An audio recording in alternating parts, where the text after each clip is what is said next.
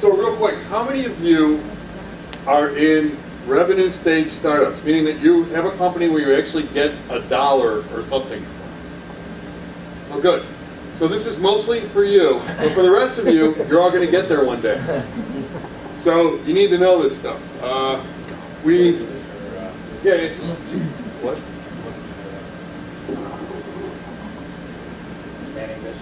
Yeah, so you're all going to get there one day soon.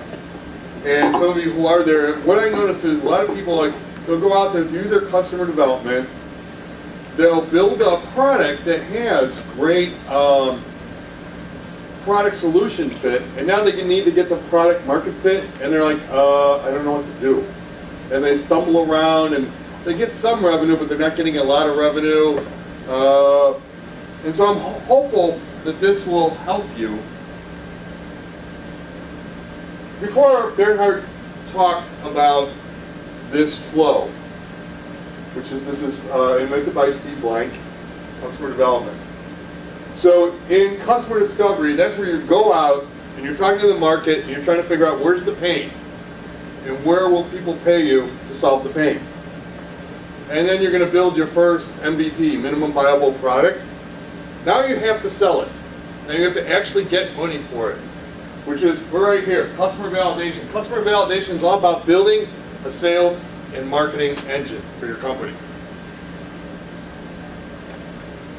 There's a guy, Ash Moira. By the way, I will suggest a fourth book in addition to the books that Bernhard talked about, and it's just because it's brand new and I just read it and I think it's fantastic. It's called Running Lean, and it's by Ash Moira. And I'll put up something so you guys can find it. It's free right now because it's in beta. He releases a new book every 2 weeks. He's building this just like you would software. And all the comments that he gets, and I've made like 40 comments to him, and he changes, and it's like really exciting because he's building this the same way a lean startup builds software. So I suggest it because he's going to start charging very, very shortly, which is how you know whether or not your company has any value, right? If you actually charge rather than just give it away. So he came up with this model. Right? It's about getting ready to sell. So you have a unique value proposition, you build a website, select customer acquisition channels, define a conversion funnel, formalize an advisory board, and get MVP, minimum viable product, to it works. It's not great. Usually most people will say it sucks.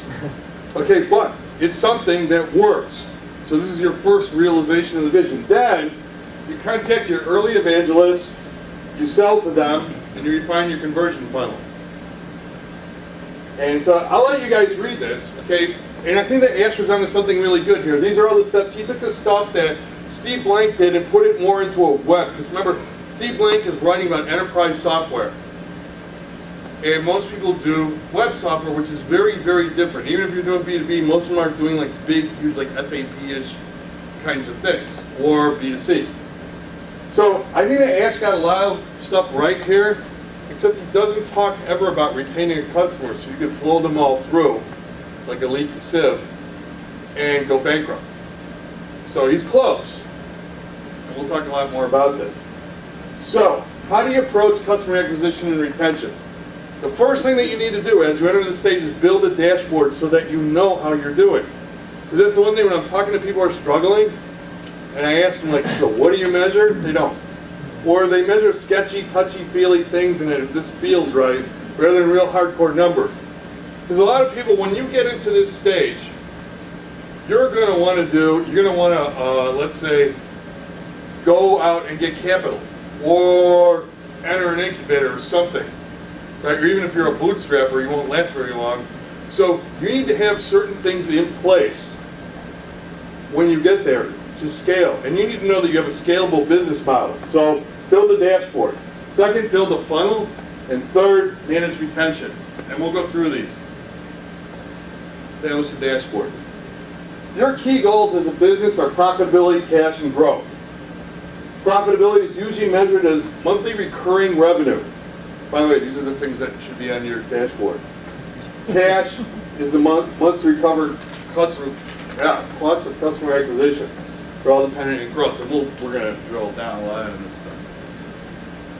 Okay, there's 3 different ways to look at profitability. The one that most people look at is the accounting one. Revenue, expenses, cost of goods sold. And revenue breaks down into monthly recurring revenue and services revenue. That's how typically companies look at things.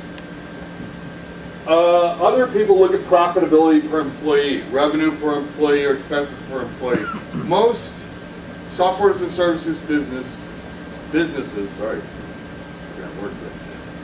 spend between $150,000 to $200,000 per employee. This is taking all your expenses and dividing it by your number of employees.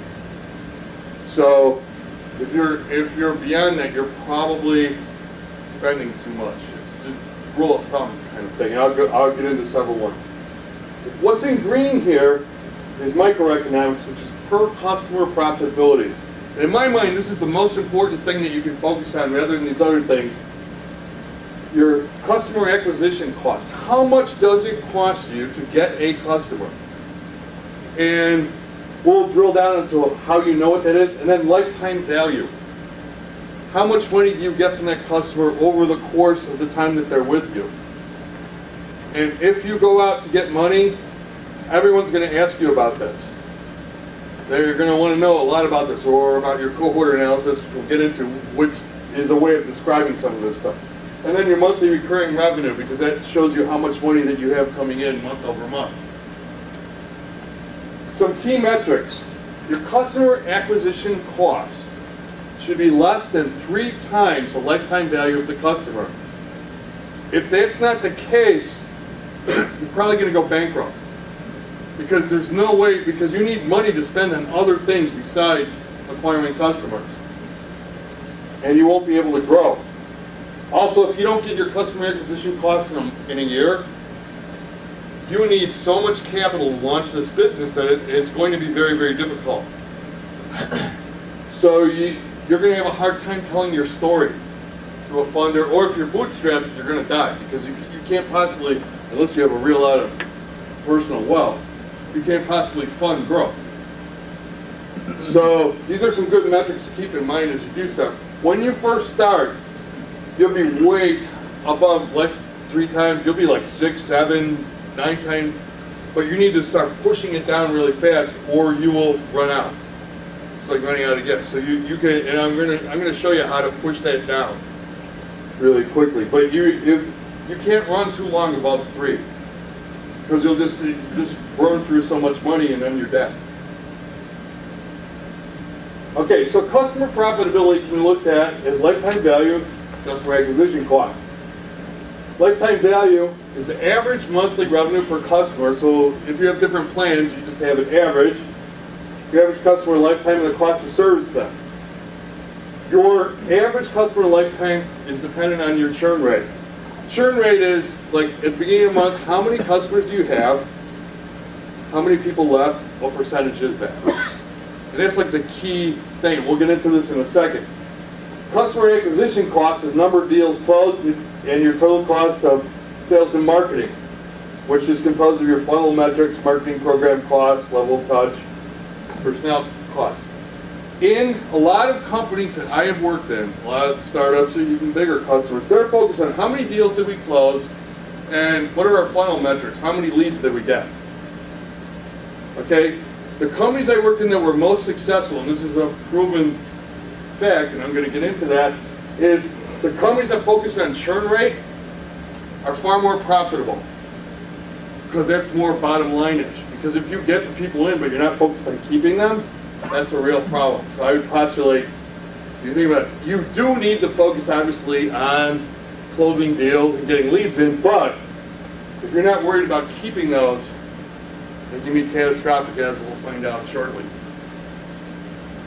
Number 2, so that was a dashboard. All those things I just showed you, build in a dashboard in a spreadsheet. It's usually ugly. Look at that spreadsheet every week. Your whole team, everybody in the company should be looking at this stuff. Usually, when we're lean startups, everybody in the company is at most 3 people. You know? But I would share it with my advisors and my board and stuff like that, you know, because you get great feedback on this stuff. And sometimes it's really bad, but hey, you just found out, you know where you are. There's a Chinese saying that goes, if you don't know where you're going, any map will do. Well, it's the same thing. If you're not measuring stuff, you don't know where you're going. So create